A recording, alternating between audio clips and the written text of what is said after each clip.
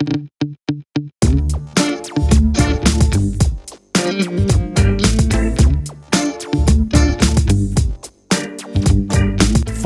cards all day, every day. You know it's the QuestCast. Oh my goodness gracious. There's this random guy named Cordero Patterson who is like setting the world on fire in sales. But we'll get to that in just a second. Andy, we got to talk about the new NFT announcement. We're going to talk about that, what you should be looking out for when it comes to the non-fungible tokens. But Andy, the first thing, your Patreon has been popping, the QuestCast, and people want to know, and this seems to be the lingering question throughout the YouTube sports card universe, are we in a junk wax era 2.0? And you have some interesting thoughts on that idea because all these products are getting released over the next month. Yes, a lot of products being released, and especially when you look at last year, over the full range of the season, how many products were released from Panini and all the different sets, and then all the different parallels and inserts in each one of those sets. The question has come up. Shout out to James, who actually just beat me in the Quest Rookie Card League. So James. But anyways, James had a great comment about he wanted our input on this Junk Wax 2.0 and the difference between now and what was going on in the early 90s. In the early 90s, you only had a couple variations of a rookie card for a certain player, but they just printed the crap out of it. I mean, hundreds of thousands of copies, right? And when you look at it today, the print run on the base cards it can't be that high. I can't imagine it's that high, although there has been some comments made by some executives at Panini that the print run has definitely gone up, and we know it. We see it in the available listings, going back to 2016, 17, 18, 19, but they've definitely also increased the number of parallels. And my thought is that now with so many different parallels and so many different inserts into each of these sets, there's just a ton more strategy. Like, right, the print run is still very low on a lot of cards.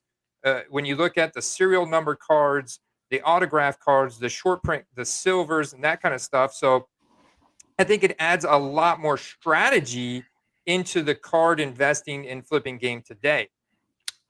So I have a few thoughts on this, right? As far as someone who's kind of sort of new, but also has a history in this. My dad was more heavily invested into basketball cards. And obviously back then it was more just base cards and the high number of print of base cards. And everybody wants the 1986 Jordan or whatever. I think now with the newer generation, they're probably going to be a little bit more interested in parallels because this is what they're going to know. I think people aren't going to be as attached to base cards now. Andy, would you agree with that because of all the different colors and things that are being released now and all these young people getting into the hobby right now?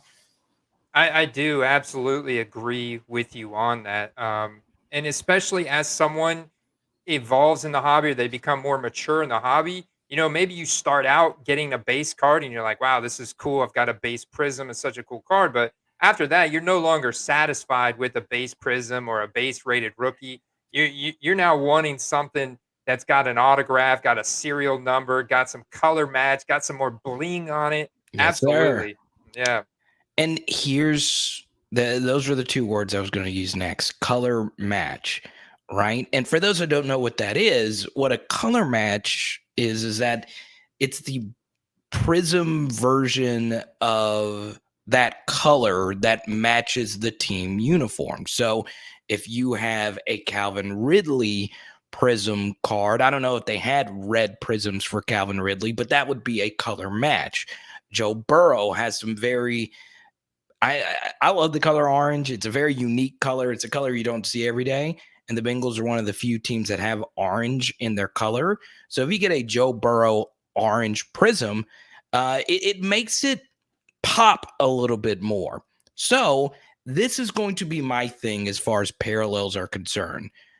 One thing, Andy, I don't like, especially just with this last prism set, what is the infatuation with the checkerboard prism? Is it are those cards numbered? What makes it so interesting? I never really understood that.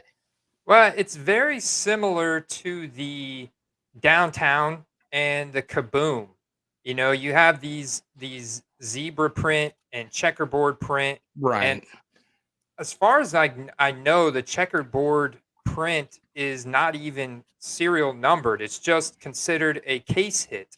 You know, it's one of those cards that is considered SSP or super short print. And you're only hitting one of those on average per case of 12 hobby boxes, right? And so it's a very low percentage that you're going to pull one of those cards. And I don't know, they're okay, but when you look at compared to how much they resell for, that's a lot of money. So here's my thing as far as junk wax and Kevin, I hate you for beating my guy Andy in the fantasy football card quest league. I'm horrible in that league, by the way. But this is what's really fascinating about this. I would stay away from like a checkerboard prism because you mentioned downtown and kabooms. Well, here's the thing. A downtown and kaboom when you look at the card. It has a Mhm. very iconic look, does it not? Of course it does. You immediately know what that is. Understand when, I see people freak out about the select like zebra print cards, and they do look cool. Obviously, it just depends on your taste. But you have to know that about those cards that they're short print. Okay. And I'm not sure if everyone knows that. I don't know what makes that different than a purple wave prism or whatever. I just, that's why, there's so many different parallels. There's so many different things. I would say this, Andy. I think base cards are still going to be a thing. I still think the silver prism is always going to be a thing, right? It's kind of like a mixture of both. It looks like a base card, but it's a silver. It has that rainbow shimmer on it. That even though it's basketball, the Luka Doncic silver prism is an iconic card in the hobby. I think the Justin Herbert silver prism. I just think silver prism is always going to have some weight. And I also still do believe in color match. Uh, Shout out to my guy Mint, who's a big LSU collector, and he collects the color matches of Justin Jefferson purple prism, Clyde Edwards-Helaire red prism. It looks sharp. It just does, and it adds a little extra layer to it.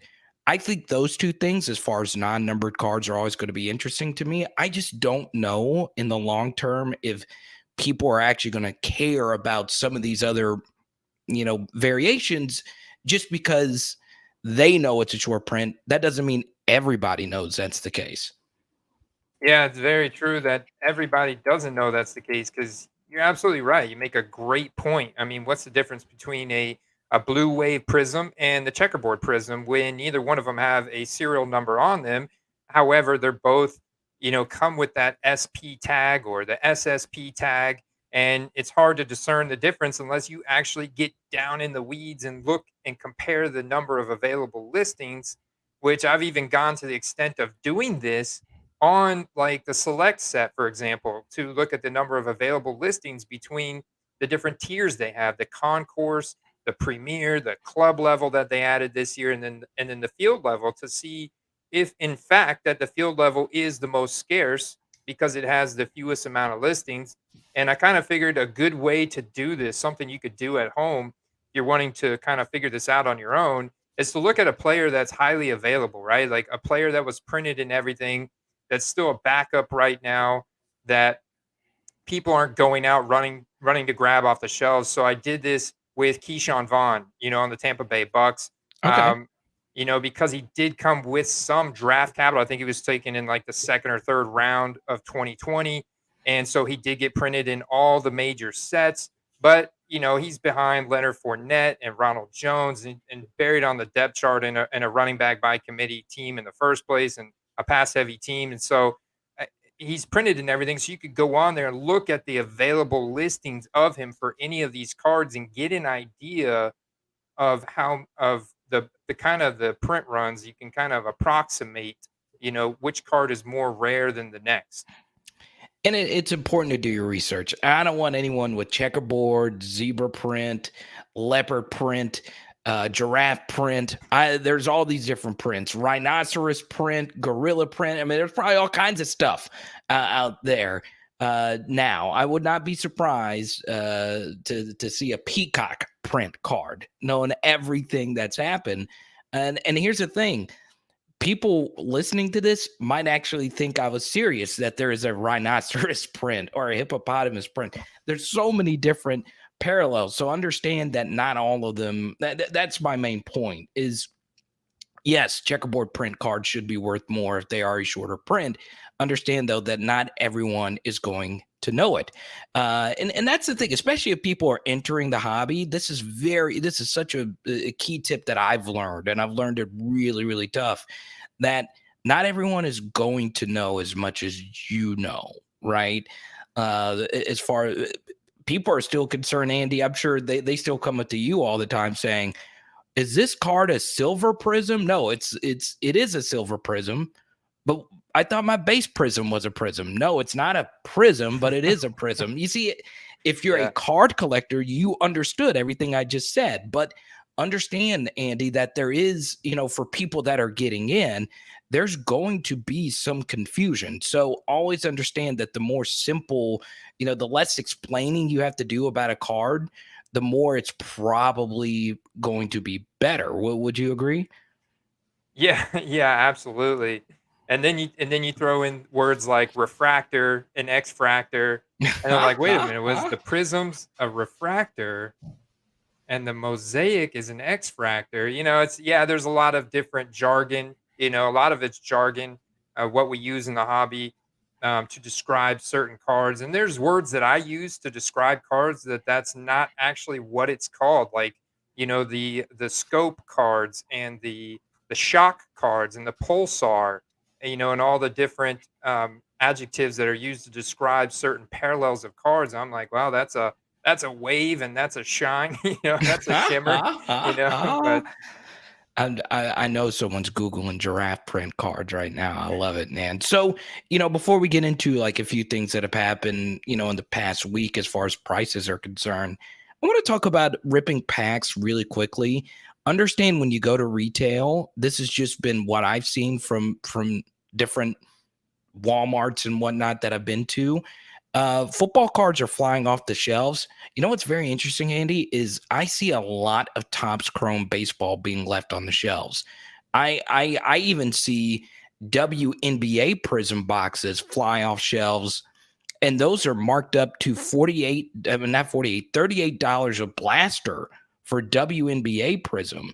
Yeah, yeah, I saw wow. your eyes pop up. $38 for it, and that's after tax and all of that.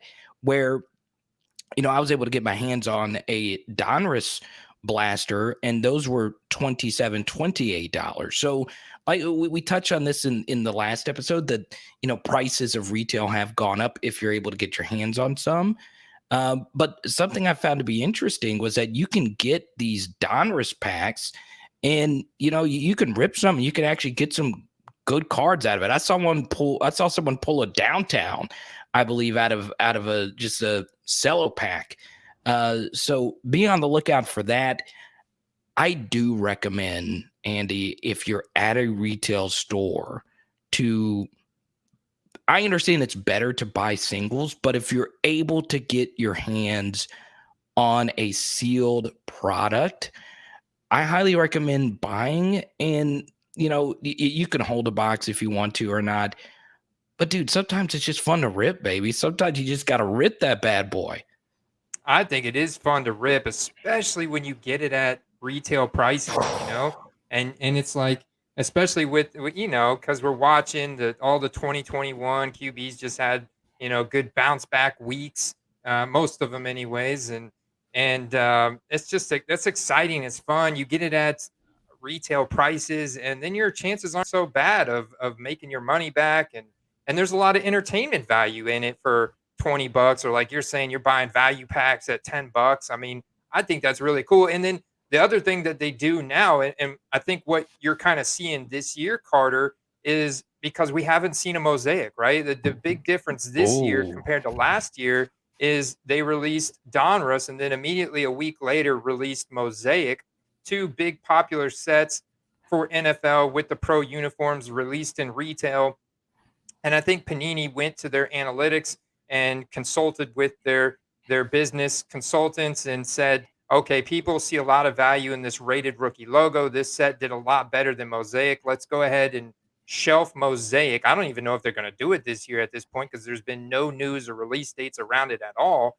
And put more emphasis on the hits into 2021 Donruss, add more inserts, add more parallels, go ahead and throw in the optic preview hollows and all that kind of good stuff into 2021 Donruss and have that be our flagship product, released. And we'll go ahead and increase the print run, but we'll lower the print run on certain parallels and rare cards. And with this being the main product for right now for all the 2021 athletes, we're seeing some pretty good profits being made, right? I think even Oh, yourself has made some yeah. pretty good profits on some skill position players being pulled out of those.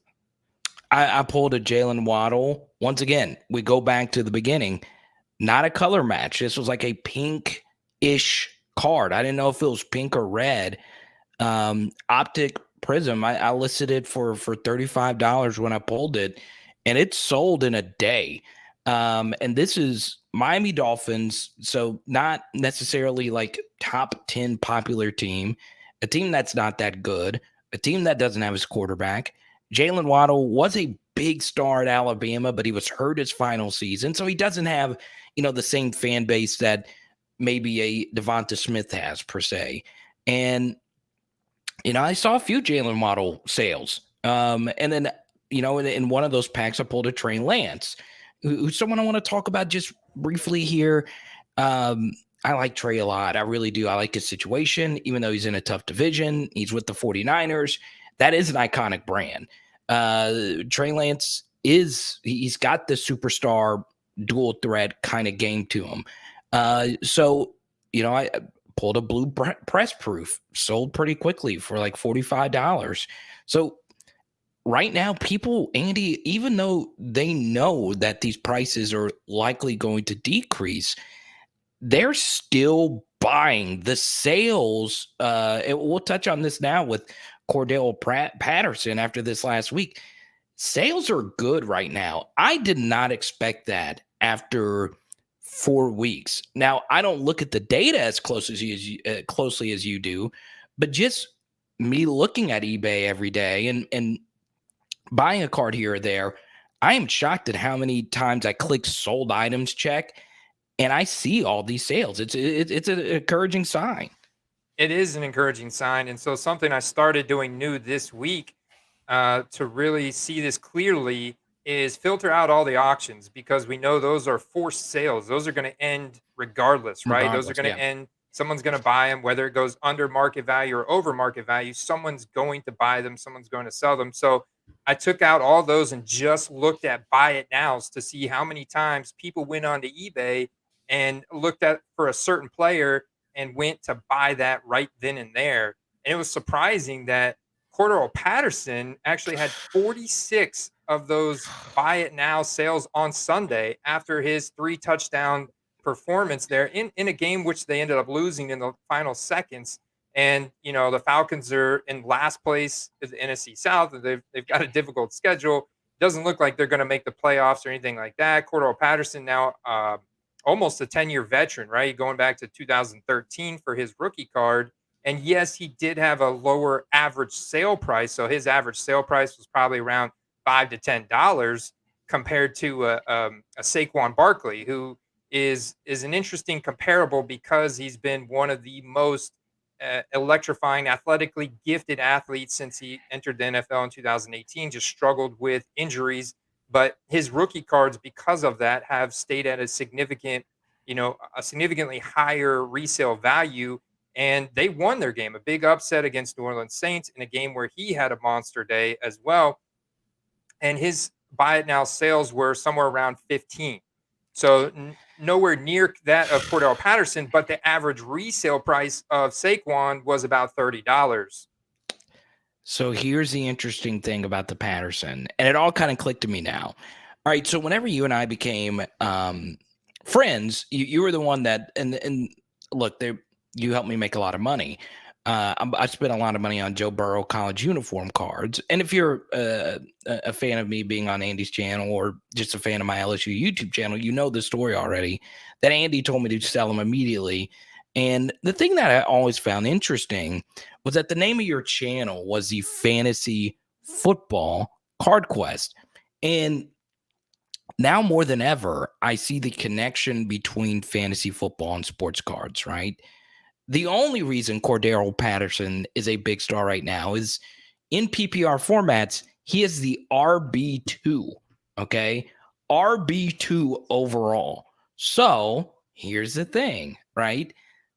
The only reason you can explain that many Cordell, and Andy, once again, you look at this every day, you know this better than I do. That is a ridiculous amount of sales for a team that is losing. The Atlanta Falcons, big market, but come on, not a top 15 NFL brand. The fact that he sold that many cards, the only reasonable explanation, and yes, they aren't overly expensive, but $5 to $10, you're still, spending money, is fantasy football. That's it. That I would say probably 10 to 15 of those people saw Patterson winning them their leagues early on because he was like this deep sleeper that you probably claimed off of waivers. So I think, just thinking this out loud, Andy, I just think that that's fantasy football. And I think that tells you that there is a real crossover between people that play fantasy football.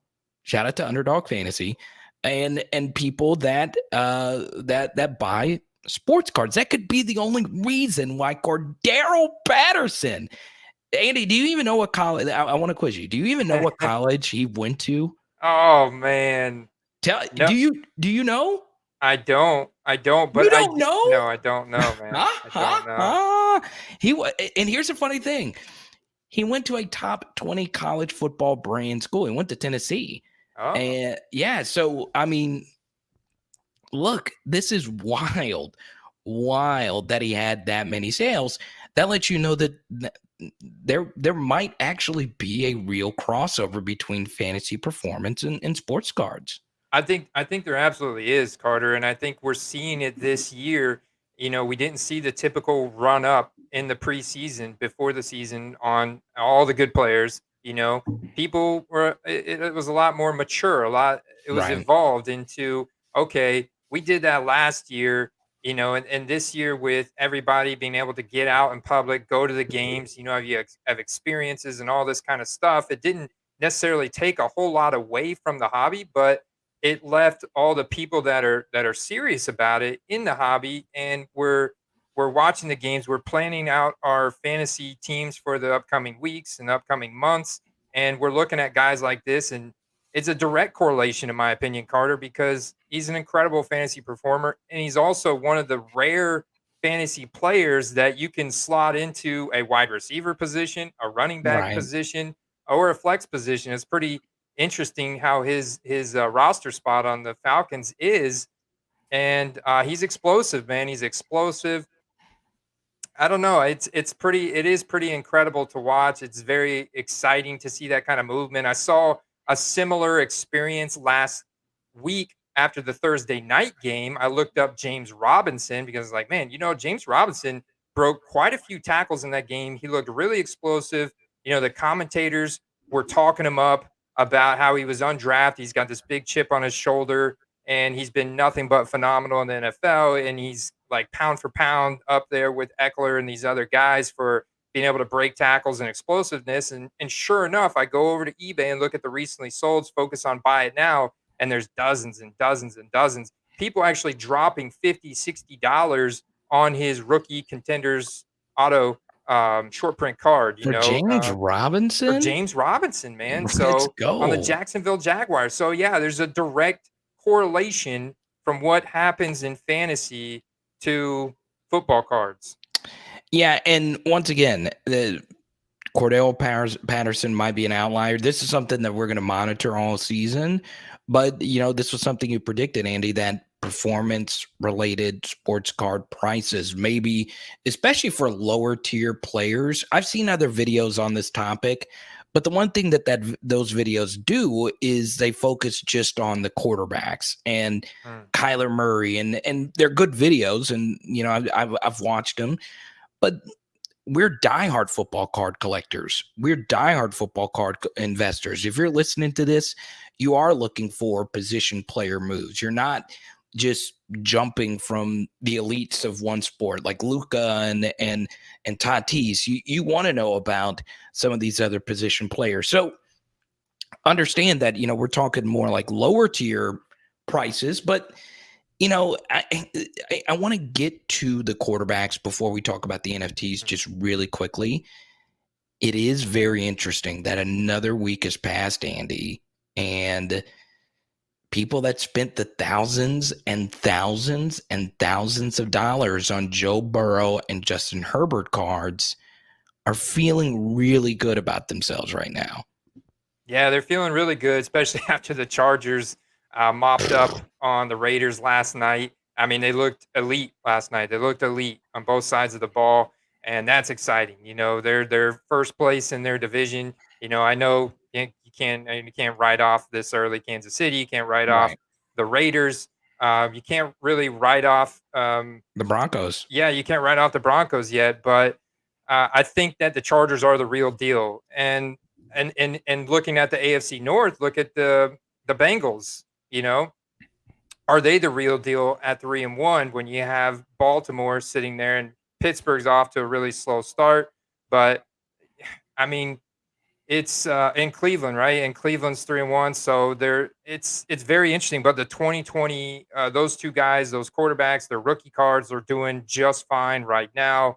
And with and then like going back to our Junk Wax Era 2.0 comment, you have so many different options. You can go on to eBay right now and find a 2020 Joe Burrow rookie card for $5-10. But is that the card that you want to invest in to look at doubling your money? No, because it's probably like a base absolute that they printed so many of them that you're just never going to move the needle on that card. Maybe it's a nice little collection piece, but it's Right. never something that's going to really truly move the needle on that card. It's not like when you invested in Patrick Mahomes in 2017, there wasn't as many options. So, I mean, it's pretty crazy to see even Patrick Mahomes college uniform, and I know I'm saying this, it's a college uniform rookie card from Patrick Mahomes, that a base one on eBay that is selling for like $20. That's a I lot. mean, That's a lot. That's a lot of money for that card. It doesn't sound like a lot, but for the college uniform base, I mean, it's pretty obscene. $20. Knowing how many other Patrick Mahomes college uniform cards are out there, yeah. that's pretty insane, man. Um, But none of those guys, Carter, none of those guys, before we move on, none of those guys are front runner for MVP right now.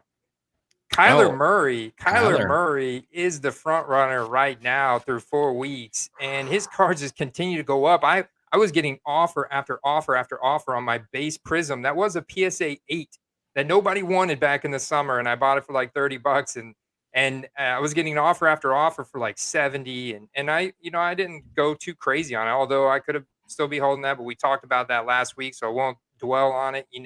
I left the yeah. next guy a lot of room to grow in that card financially, sold it for 80. But the question comes up is, how high do we think that those premium base Prism, in this case, rookie cards, can go from these elevated print run years like 2019, 2020? It's very interesting. Yeah, you don't know. Like you don't know how high. I mean, it just comes down to what people would pay for it, and that's why scarcity matters. Number matters. It's very interesting that you and I were looking at a Travis Kelsey card that I was trying to buy, and the card number was 187. So it had that 87 at the end. It was a silver prism autograph rookie, and that made me want that card that much more. And I was going to pay up to 550 on it, and little did I know, it at the very last second went up to 650. And I'm sure because that person put in a lot of work to get a serial numbered card, an autographed rookie, and all that. This stuff takes work to really find something, valuable. So understand that, if you go and buy a Justin Herbert silver like PSA 10, understand that, the pop count is going to be a little bit higher. That card pop count is only going to go higher. No one, PSA still clearing through their backlog. So understand that, yes, these players are good. It just doesn't necessarily always correlate with prices.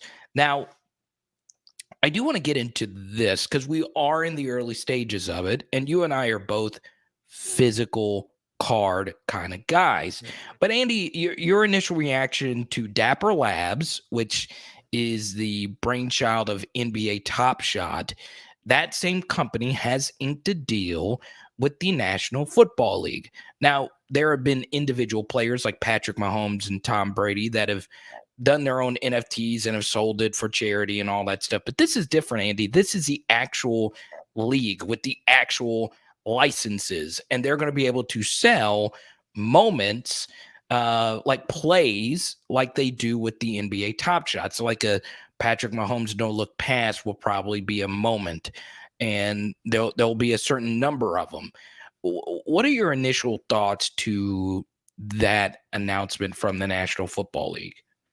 Well, I know that NFTs are kind of a thing that they're very progressive. They're very, a thing of the future. They're very popular with young people, and I think that a lot of them can be pretty cool. I know that DraftKings has NFL NFTs now, and Gary V's talked about NFTs a lot.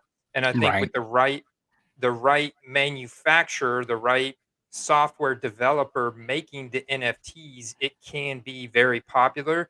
And with the highest single league, revenue generating sports in the NFL in our country here in the United States, um, it's definitely going to take off for a lot of young people and older people, right? I mean, there's a lot of right, techies, a lot of us geeks and nerds out here that like with like I think NFTs are cool, but at the same time, I think it's still just it's a moment. It's something. It's a intellectual asset. Is kind of how I look at it. It's kind of like right. cryptocurrency or anything online that doesn't have a physical tangible asset behind it. I don't know.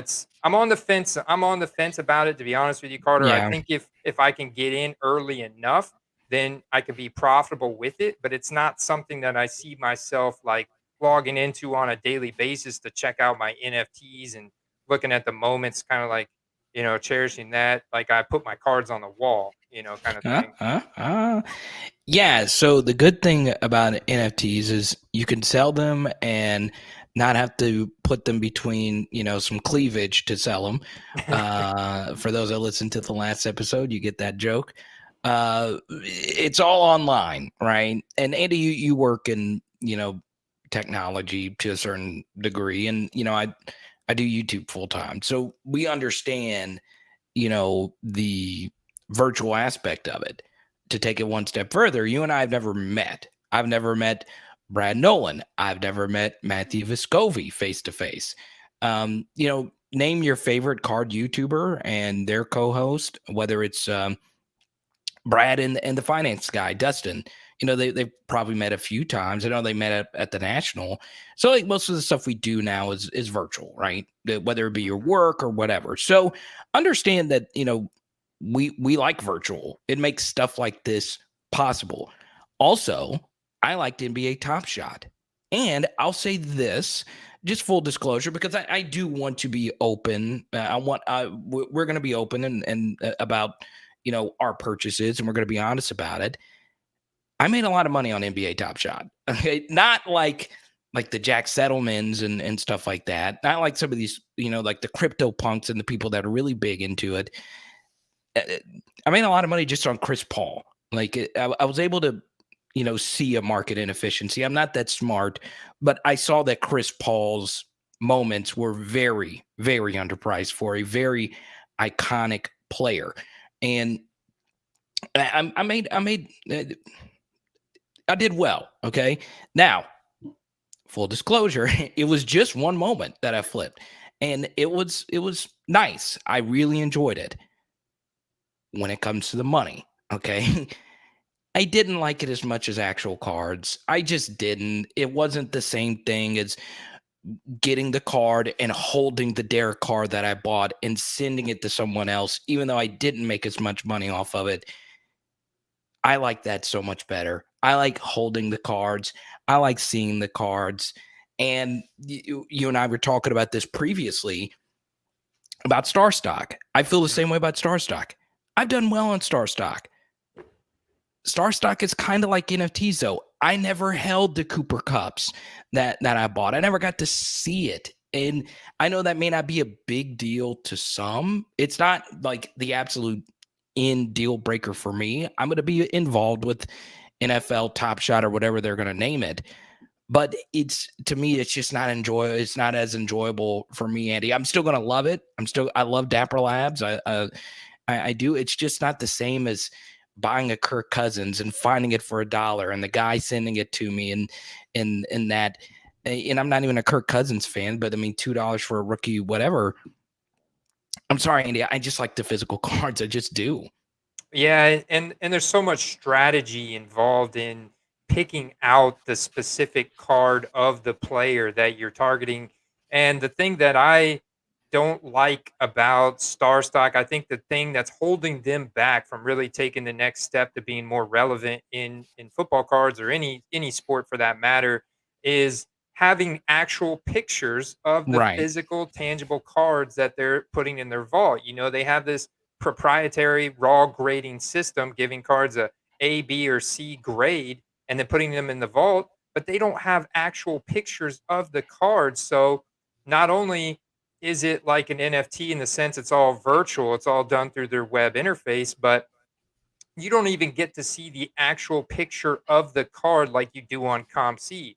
So Right. it's missing that big element, and I get it. It takes a lot of time to scan all those cards in and put the pictures on the website, and they probably have to write additional code and hire additional people to do that, and they didn't want that overhead. But I think that's the step that they probably need to take if they want to get more traffic on their website, like ComC has. And Right. then you can get an API, like a software integration with eBay, to where your listings on StarStock are also shown on eBay as a buy it now, like ComC has. When looking at sales history on ComC, about a third of those purchases are going to come through eBay. And I've looked at my buddy Brad from the Comeback, his sales history on ComC, because he sold a bajillion cards on there, right? Yeah. Yeah. And Yeah. like a third of it all came through eBay. Yeah, I'm just a physical card person. And once again, I've done well on StarStock. I've done well on Top Shot. So it sounds like, I'm going against money, but I'm not in this for money. I'm in this to hold the card. I actually like the cards. Now, there's some people you'll meet that don't like the cards. They just like the fun, flipping, stock market type of mentality when it comes to it. But and if you're like that and you're listening to this, do whatever you want. This is all, what do they say? People on cardboard, whatever. Do whatever you want. Collect Pokemon. I know the phrase Charizard doesn't tear an ACL. Do whatever saying you want to say or whatever. I just like to touch the physical cards. Even if I've lost money, even if I make a stupid purchase. I bought a Dwayne Haskins PSA 10 for way too much money. So what? I got it right there. I can hold it and see how dumb I was whenever I actually did it. And I think I know that sounds stupid, but it's fun. And I like that aspect of it. So understand that I know, Andy, you're not anti NFL NFT. You're not anti Dapper Labs. You're not anti any of that. Mm-mm. I think you and I will both like the moments because what's going to make this different is that these are going to be like actual plays. Like Panini has blockchain. They have like little, cards already, like with NBA in particular. And that's cool. All right. This is going to be different though, because it's going to be an actual like play, like an actual footage Mm. of a play. So like my Chris Paul was when he put the ball between a center's legs and had like a crazy layup or something like that out of it. That's going to be what these moments are going to be. So it's going to be really cool. And we're probably both going to like it. But we got into this for the card aspect of it. Yeah, I could see myself getting I want to get I definitely want to get my feet wet and get at least one moment. Like if I could get that Scotty Miller, 70-yard touchdown from Tom Brady at the end of the Scotty first half Miller. in the Huh? NFC Huh? Huh? Championship game. Maybe that one goes undervalued because it's Scotty Miller. I would love to have that one because I was jumping up and down in my living room at that moment, and I'll always be reminded of that. Maybe that would be cool. And I don't know. So I do want to get my feet wet with it. I didn't do anything with NBA Top Shots, so it's hard for me to really give Yeah, yeah. an opinion on it without having actually been involved in the previous releases of the Dapper Labs NFTs. But absolutely, and there's a lot of that flipping, day trading, fantasy gamer aspect in me. I love the Yeah. strategy of it. I love the weekly, gaming strategy aspect of cards and fantasy. And so there's a lot of that in me, but I've grown to really have a great appreciation for the cards themselves as well. And I've grown my personal collection. And since then, like I've really enjoyed opening packages that I buy from eBay of cards that I've specifically targeted, get those in my hand. And I'm like, man, I want to take every card out now of the top loader, the penny sleeve, get it under some good light and really look at every Look at detail it, of buddy. it. I have a lot of fun doing that now. I will say this though, like if I was a diehard Steelers fan and they get Franco Harris to sign on it, and you get a moment of the immaculate reception and it's serial number 32. That's pretty cool. Okay, that like Cool. there, I mean, that would be pretty freaking cool, and that moment would be sold for like 100K. So when that actually comes out, we'll go through it if it is like the NBA Top Shot.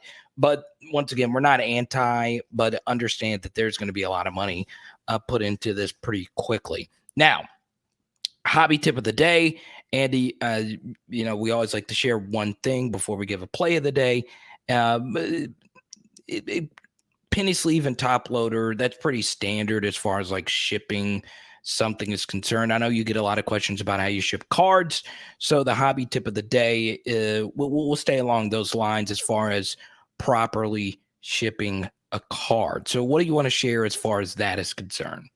I just want to share the fact that there is cheaper alternatives you can use to your advantage if you're selling a lot of raw cards. I would look at start using the eBay standard envelope, and it's only 95 cents, and you put it in an envelope, you get a tracking number, and you can ship that card out for a third of what it would be in a padded envelope. And this really makes a lot of sense for cards that you're selling for under $15, Um, and this is really going to cut your overhead down big time.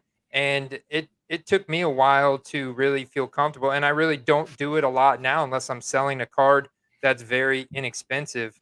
Right. But you do it a lot more than me, right, Carter? Yeah, I do it a lot because I sell a lot of cheap singles, and understand this. If you put on there that you're shipping it $3.99 in a bubble mailer, whatever, don't just do a 90 cent and make money off that's just bad practice. So understand, if you're going to do that option, you have to click the eBay standard envelope. There's plenty of YouTube tutorials. I think Scotty B Cards is the one that I watched to learn about it. So look into that. The card has to be $20 or under, and it can only be one card. And you can't put cardboard around the card. It just has to go in, and you can put a sheet of paper around it for extra protection. But that's how that works. But if you do put $3.99, what I typically do, Andy, especially if it's not a lot of cards I'm selling, is I do the cardboard thing, especially if it is a higher price card. So for people that don't know, I cut out a piece of cardboard and I put it around the card, and I put painter's tape around it, blue painter's tape right there. This one's in a ball or whatever. And I put painter's tape at the top of the card, and then you put it right there. And then I painter's tape the cardboard around the top loader, especially if it's a more expensive card like the Jalen Waddle. That person spent $35 of their money on it.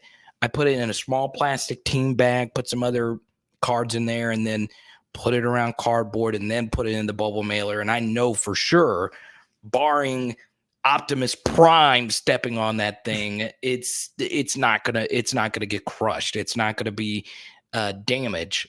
And I do believe in karma in that. If you send cards out like that, people are gonna send your cards out like that as well.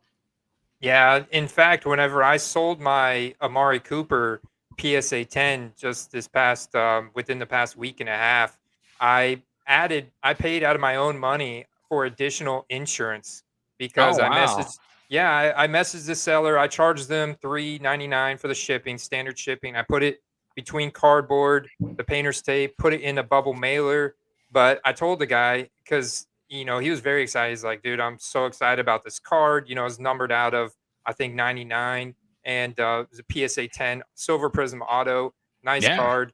And so I sold it for like $350. And Yeah. so It's a when you great deal. pay that much and he paid like $30 in shipping and taxes, like wherever he's at, I saw that his total bill was like 380 out the door. I'm like, I'll take $5 extra of my money, add insurance to that for you for peace of mind because he was in Texas, obviously a huge Cowboys fan, and he was talking about how his Amari Cooper collection is incredible. He's like an Amari Cooper guy. And so I was like, you know what? I'll take an extra few bucks and add insurance to this for you. And understand, slabs can crack. Slabs are not invincible. Okay. Some of my dad's, basketball PSA 10s, they're cracked slabs because back then, they didn't have the same like padding and protective practices that we know of now. You don't want that. You don't want Mm. slabs to crack, right? Especially slabs, because I'm going through that right now, but we won't go into that with one of my Kobe cards, even though I'm mostly football. Now, this has been a fun episode. This has been my favorite episode because we touched on so many different things, but people like plays. People like something actionable, Andy. And you're way sharper at this than I am. But go on ahead and let us know your play of the day. Last week it was the Titans, only for pretty much every Titan skill position player to get hurt before before this next weekend. So give people another really bad play, but actually it is a good play. It was a good long-term play. The whole Long thought term. behind that before the Jets went out and kind of humiliated the Titans. But AJ Brown didn't start, Julio Jones didn't start. Derrick Henry still had over 100 yards rushing. I'll add. Just I don't know. Hey, they're playing in New York, and they would just when you're hungry enough, any given Sunday, right? Right. Okay. Give me some goods though. Give me something where I could go make a gazillion dollars. A gazillion dollars, man. That's gonna be tough. Okay, I've got a good play for you because this one is another good play for various reasons. And this is AJ Dillon on the Green Bay Packers. Oh, I'm going to AJ Dillon on the Green Bay Packers. Number one, he's built like a freaking linebacker, and the dude's height adjusted speed score is incredible. He's a massive human being with incredible amount of power, never skips leg day, right? And what was interesting this past week when Green Bay beat the Pittsburgh Steelers, their offense was a lot more balanced, a lot more balanced. It wasn't all Aaron Jones. AJ Dillon was actually considerably involved in the offensive production. You saw Randall Cobb get involved. And I just think coming down the stretch as Green Bay tries to preserve the legs of Aaron Jones, their offense is becoming more and more balanced. I think AJ Dillon's got the propensity to make some huge highlights, some big plays where he's trucking over guys like Derrick Henry does. And the cool thing about AJ Dillon is he's actually got his own social media page where he breaks cards, where he actually opens football cards and he collects his own rookie cards. He's open about it. He posts it on his Instagram, on his Twitter feed. And so he's relevant in sports cards. He's relevant in football. He's a 2020 rookie. So if you do pick a short print or an autographed AJ Dillon, it's not going to be super expensive at the moment because of he's still a backup to Aaron Jones, right? But he's in a big market. It's a playoff caliber team. He's relevant in the hobby, and he's an incredible athlete. I like it. I actually have a few AJ Dillon cards myself, and part of that is because I like the fact that he's in the hobby. We need to get him on this show. AJ, That would be awesome. if you're listening, you need to get on the best card podcast of all time. And shout out AJ, your Boston College Eagles. I got to get this mascot right. They are the Golden Eagles, right? I think so. No, they're just the Eagles. I think they're just the Eagles. Either way, they beat down on the Missouri Tigers. They've low-key had a good football team. It's more than just Matt Ryan at Boston College. Shout out to you, AJ Dillon. Now, I'm going to give you a very interesting play. And I know a lot of the money is put on Keenan Allen, but I just love the Chargers skill position players. I really do. So Austin Eckler, very heavy into fantasy football. Freaking love this guy. Amazing athlete. But I'm a big Jared Cook guy. I understand that the Saints fans don't like him. He had the critical fumble that won you guys the game that cost me my Leonard Fournette PSA 10. He had the critical fumble in that game.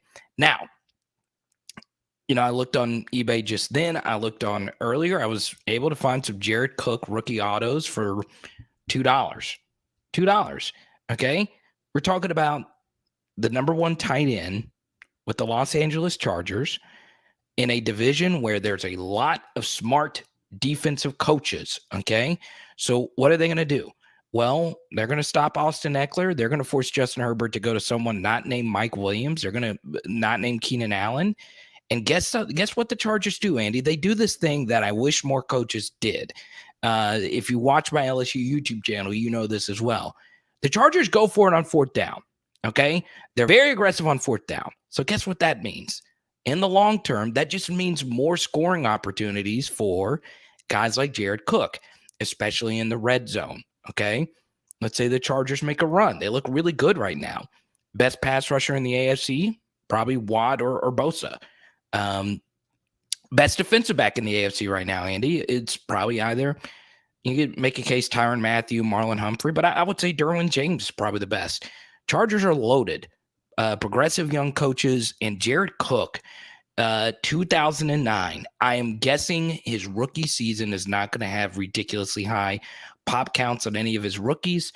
If I can go online right now and get a rookie auto, I don't care if it's not Prism. I mean, Prism wasn't even out yet. I don't care if it's not Tops or if it's not Silver. Anytime I get an auto rookie for $299, you can't go wrong with it. Now, it's not gonna net you $1 million. You might not ever sell it for anything, but I like the fact that I can make rookie plays like this Kirk Cousins for like $1. I spent $2 total for this card to ship to me. I just like, lower price plays like that where it's not going to break your bank. And I just like Jared Cook a lot. It's not fancy. He doesn't run a 4.3. He's not Vernon Davis. He's not George Kittle. He's not one of these super athletic Travis Kelce type tight ends, but he's just good. So that's just a lower cut. Jared Cook might not catch another touchdown the rest of the year. I know the fantasy guys aren't in love with Jared Cook, but I love him. And it could just be the little bit of Saint fan in me that still likes him. But I'm going to go with Jared Cook for this week. I like the pick, man. Just the team scenario, the athletic ability, 6'5", 254, runs a 4.49, at least on his pro day back in 2009. But just look comparing that with the team scenario like we mentioned, and the fact that I'm looking at his rookie cards right here, Carter, and you are not kidding, man. 2009 is a good year in terms of scarcity and just not a ton of availability on different cards, and his cards are very, very appealing in price. Like very little downside when you can get an autographed card numbered out of less than 100 for $10. You know what I'm saying? You just can't go wrong, man. You just can't, because the scarcity's there. And Jared Cook might make the Dwight Clark catch in the playoffs. You never know. You never know. And then his name is forever cemented in the rest of the time. I know it's a long shot. I know he had a big game. I know it's probably just some recency bias, but still, I've always just liked Jared Cook for whatever reason. Andy, people have got to join the Patreon because guess what? You get your questions answered in the Fantasy Football Card Quest Patreon. So tell people how they can get involved. Absolutely. You get your questions answered. You get early access to all our content. You get bonus content. You get an auction sniper article like we're talking about all these complexities in the card game. I get down in the weeds and show you all the evidence on why I would invest in a certain player, and then specifically which cards and which listings to look at and to target. And so there's all that going on. We've got a very active Discord with 9 different channels, for everything from StarStock, ComC, Mail Day channel, the whole 9 yards, right? Fantasy football updates, everything. It's very active. So patreon.com/football cards. Also, make sure you guys, if you're into LSU football, go follow Carter over at Power Hour LSU. And most importantly, make sure you're subscribed to our new YouTube channel, our new podcast here. You can get it everywhere you get podcasts. It's just called Football Cards, Collecting and Investing, all day, every day. It's been a fun show, Carter. Peace. Peace.